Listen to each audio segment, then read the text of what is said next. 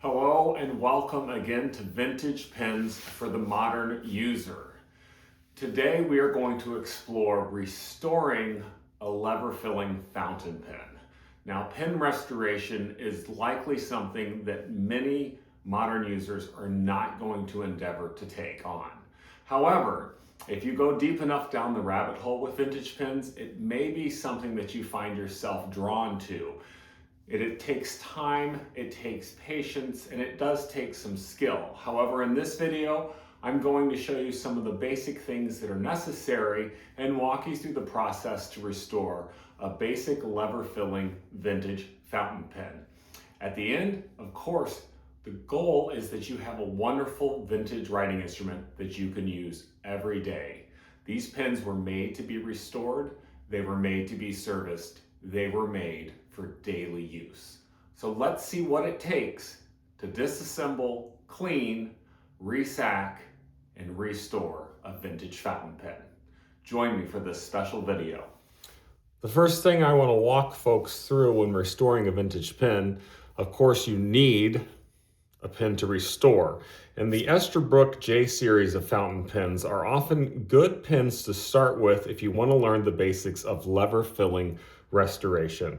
They're quite durable pens and they're easy to acquire without spending a lot of money, giving you some leeway.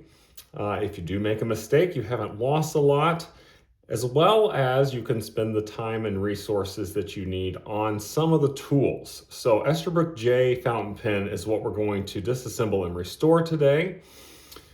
You will need a few good tools. The very first tool that you need is patience. If you are not a patient individual, then I advise you to send these pens off to experienced pen repair individuals.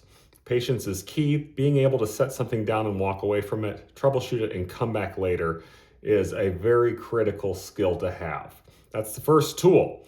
You will need a dry heat source. I have here an embossing tool that you can pick up at most hobby shops. It does provide a very focused source of dry heat. When I started doing repair, I did in fact use a hair dryer. It would be important if you were going to try to do that to affix some sort of apparatus to the end of the hair dryer to sort of focus the heat a little bit more. A hair dryer spreads the heat a little bit broadly, and we want to be very specific about the parts of the pen that we heat. You do not want to use hot water. Hot water can damage the plastics on these fountain pens in an irreparable way. Dry heat can as well, so we will talk some about how to do that successfully, but do not use hot water. Hot water has no real place in vintage fountain pens by and large. Other tools that you will need. You're going to need the ability to grip the section successfully. This part here is the section of the fountain pen. It is friction fitted into the barrel on most lever filling fountain pens. So you need a good way to grip this, and filing down a pair of pliers and affixing some rubber hose to the end is a very economical way to get yourself a good tool to grip this section because it will get heated and it can be warm. Some people will use their hands because they feel like they have more control. But you will find that a good tool is often the best thing. Some people buy section pliers, which are really sort of specially designed, but these pliers you can do a lot with and they're economical. You will need a very good quality pair of scissors because we will be trimming a latex sack. So something that is fairly fine, like these scissors here, I find very good. Very sharp. You want to be able to trim the sack really with one cut to have a nice, smooth, clean, and even end of that sack that you're going to fit to the pen. You will also need a way to scrape the end of the section, often called the nipple, where the sack is going to be affixed. So you need to clean that, and I find this is a rather dull craft knife. You're scraping, you're not cutting. So a dull blunted tool to scrape is a good thing. You will need some various types of picks. because you're going to potentially have to dig out some sack remnants from inside the barrel. Sometimes the sack comes out easily in one piece. Other times it has to be picked out. So a few different types of picks to scrape and dig inside the barrel are going to come in handy. You may also find a variety of brushes to come in handy, again, cleaning out the inside of the barrel. If the inside of the barrel is not fully cleaned out, the new sack will not fit properly and function properly inside. So it's very critical to find a variety of ways to clean that. You may also find these brushes handy to clean the inside of the cap if there's ink. It depends on how fastidious you are, but it's always nice when you're restoring a fountain pen to get it as clean as possible. So a few different brushes are handy. You will also need, of course, a new sack that is of the correct size. This is a latex sack, and you can buy these from a variety of suppliers online. This video will not go into detail in terms of how to find these various tools and parts. I'm just going to tell you what you need and trust that this day and age, the internet, you are capable of searching and finding. I use a nice little brush because I do use talc powder. You want very pure talc powder to brush the latex sack once you have fitted it before you put it back in the barrel. So I use a brush for that. In addition to the talc, you will also need a shellac. So when you affix the latex sacks to the barrel of the section here, the shellac is the go-to adhesive that will wind up being used. You don't want to use any other adhesive other than shellac. It is the go-to, it is the standard. Don't try to do a substitute. If you don't have shellac, find it, or again, send these things off to somebody. Patience is key. So you can either take time and find the right parts, or you may decide to rush it and regret that decision. So I encourage some patience. There are, of course, a variety of cleaning things. I find these bristled brushes can be good for cleaning off the barrel threads here. And if you want to, at the end, to polish your pen, there are a variety of different kind of polishes, but you want to find something that is really minimally abrasive. In fact, there are some nice cleaners out there now that have been made by some vintage pen folks to just clean the dirt and grime off if that is on your pen. A loop may or may not be necessary. We are not going to talk in this video about adjusting nibs at all, but if you're restoring your pen and you find the nib is a little scratchy, it may be the tines are misaligned, and that is a pretty basic adjustment once you learn how, but we're not taking a look at that. Loops are, though, very handy and helpful. A couple variety of different kind of claws. Again, if you are polishing and cleaning the pen, those things will come in handy. So I'm going to reset my workstation here, and I'm going to show you how to start taking this Esterbrook J pen apart. So here we have the Esterbrook Model J fountain pen. Out of the video, you can't see it, but I do have a nice tray where I can set some things. So of course, removing the cap, you're going to set that aside. You really won't need it. If you're cleaning the cap out, then certainly you will want to have it handy. Then you'll want to get your tools handy. Use whichever hand you're comfortable with. You know your hand dominance best. I don't. Turn on your heat source and warm the section.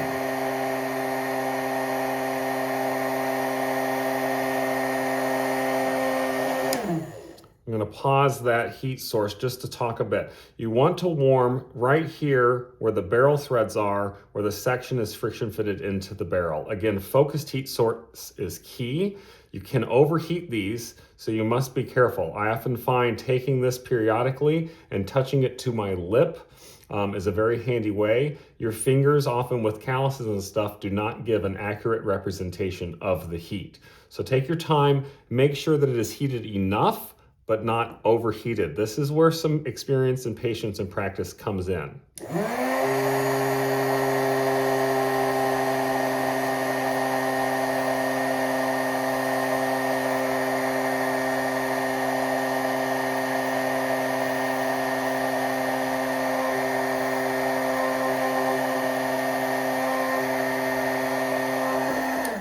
Then I'm going to grip the section very firmly and wiggle it loose, again, from the barrel, okay?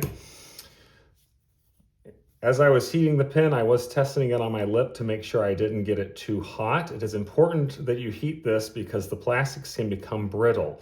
and heat will help lessen that brittle nature. So once I've pulled the section then from the barrel, this pen, it turns out the sack was intact and came out. That's not a problem. You may be encouraged by that and say, oh, I don't need to replace the sack. Well, if this is a vintage pen and you don't know the age of this sack, then yes, you should replace the sack. The pliability of a fresh sack is gonna be great, and you're gonna have the confidence of knowing you have a fresh sack and you know how long that fresh sack is gonna last versus another sack. If this did not come out in one piece, it may have broken off. There may be pieces inside. So again, assuming that was the case, you would want to take some of your various picks.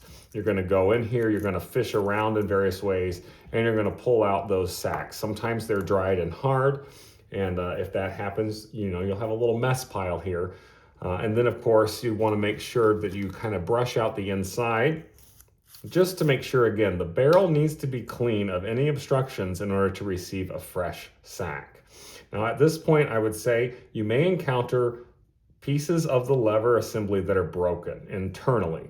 If that's the case, parts can be found, but you may find at that point, nope, I'm gonna send this off to a restorer. It's perfectly fine to say, this is beyond my skill level at this point. So these components can be replaced, pulled out, and new parts put in. But if you don't know how to do that, and this video is not going to explore how to do that, then best to send it to someone who does. So I'll set the barrel up there again on my tray. And then oftentimes if the sack is fresh enough, you can actually roll it off of the section here, and it'll come off quite cleanly. Other times it's going to be hardened and it's going to break off, and then you're going to have pieces that you're going to need to chisel. Chisel's maybe the wrong word, but scrape. Okay, so again, here would be my scraping tool, and I very lightly work my way around this part of the section. It's in the US, it's called the nipple. Sometimes it's called a flange. But you're going to want to make sure that this section is clean. This part of the pen needs to be clean, because again, you're going to be applying adhesive here and then a new sack here. And so if it's not clean, you will not get a good seal of the adhesive. You're going to risk potentially some leaking happening. So getting it good and clean, scraping any remnants. Even though this sack was attached, I'm still finding that there are things, old adhesive, old shellac here that's coming off. So it's always good to just be sure that this is ready to receive a new sack and fresh adhesive, so that you're cleaning everything off. I then sometimes take a bristle brush and kind of just get all the old dust and all the grime and things off of the section, off of this flange here. Make sure that I am ready for something fresh and new to go on it, okay? Now, this is prepared, but what if I have dried ink? This nib could just be clogged with ink, who knows? The Esterbrook J's are great because the nib threads into the section. And so this one, because it's not clogged, comes out easily, but it may not come out easily. So again, one thing I didn't mention is a container with some distilled water. So you would take your distilled water, you may put the whole section, nib, and feed assembly into this distilled water. And it may need to soak. If you don't have an ultrasonic cleaner, which you wouldn't necessarily need to have, that's okay. Again, here, this is where patience and time are your friends. So you're just gonna leave it in there until some of the ink starts to get rehydrated if it's dried out. And then that will allow you to unscrew the nib and feed from the section. And then you can more thoroughly clean that part of the pen. Paper towels are also handy because you're dealing with water. Now I'm using cold distilled water. Again, it's important to know, no warm water in pen repair, please. Cold distilled water is going to be just fine. We already saw that this can actually come out, so we're not worried about that. But you may encounter a pen that is easy, like the one that I have fortunately encountered here for this video, or you may encounter one that is a bugger. Patience is gonna be your friend. If it's a bugger, take your time. Let it soak overnight if you need to.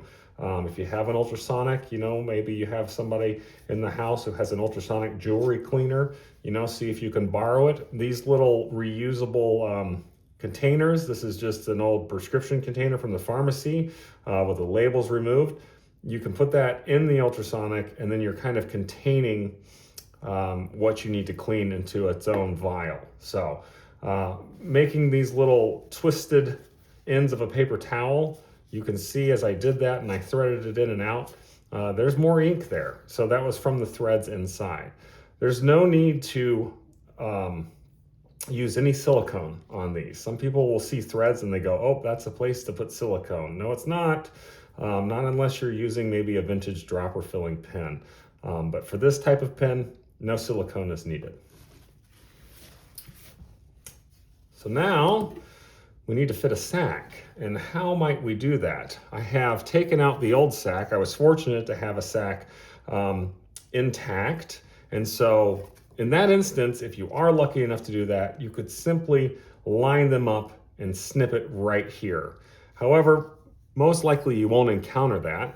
And so I will show you the other method. So the sack should be fitted so that it really goes into the barrel without much friction. If you have to force this down into the barrel, then either your barrel's not clean or your sack is oversized. So it should really just slide in and out with relative ease.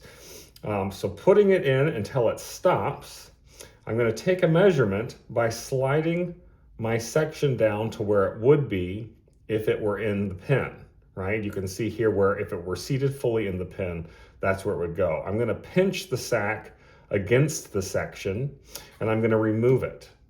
So now that's going to allow me to see where I will need to trim it right here in order for it to be the appropriate size. So I kind of have a visual measurement.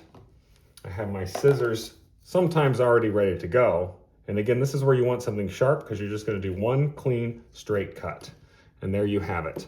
Now your fresh sack has been trimmed to size. And no, it doesn't look very big, but you've got to remember the internal components and things that are inside the pen.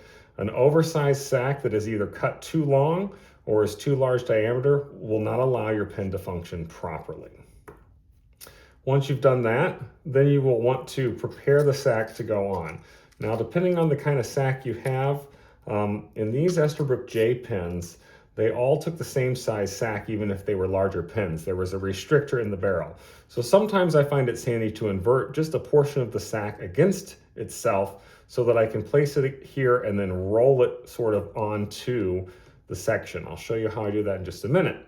Getting your shellac out, you'll take it, and it does not take a lot, okay? Once shellac is dried, it has got a good seal on it. So you'll take your shellac out. Oftentimes these are can be purchased from restore sites online in sort of jars that would be used like nail polish, and so they have a nice fine brush on the end.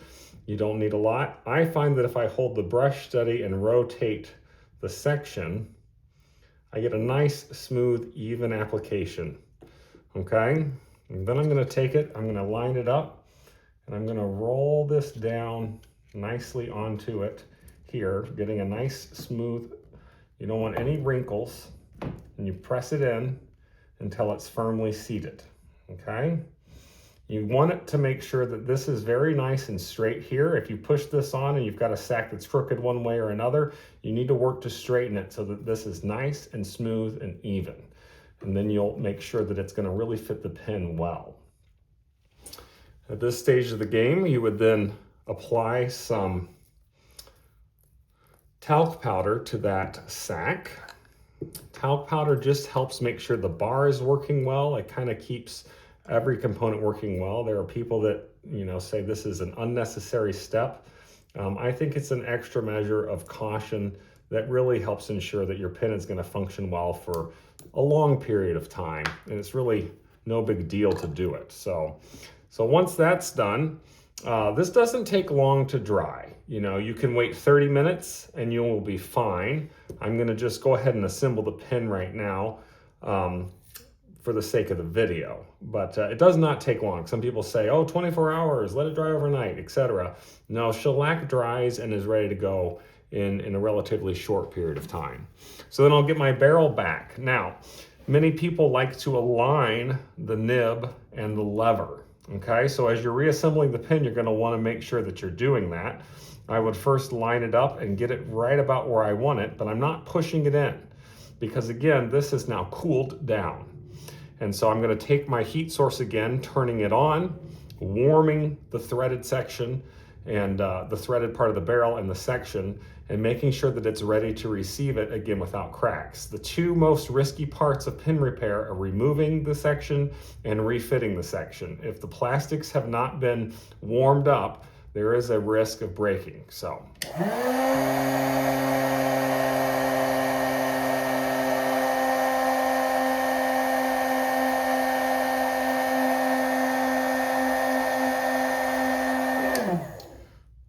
And you'll notice as I warm the section and the threads, I'm always rotating here. Okay, you want to get a nice even rotated heat. And you know your heat source, you get used to that over time and know your proximity and you know the duration that you need to hold it. So now this pin, you know, by all intents and purposes, has been fitted with a new sack. We know the nib and the feed have been cleaned.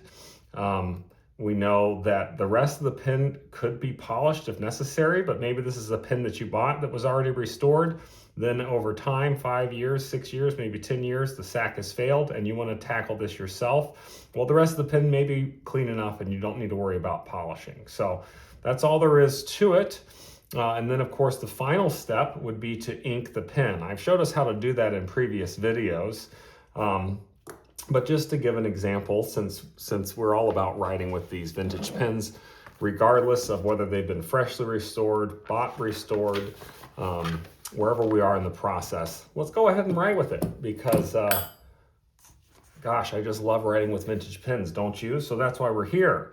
So my inkwell right here, I'm gonna take it, one stroke of the lever. That's all it takes, down. This is a spring-loaded lever, down, up. That's gonna suck it in. And then, you know, get your nib cleaned off there. Get your inkwell secured so we don't have any inky spills. And post your cap there. And go ahead and write with it because you should be able to celebrate your newly restored Esterbrook. And I can see that this nib does need to be adjusted. That's a different video and that's a little more skill. Esterbrook Model J, fully restored now.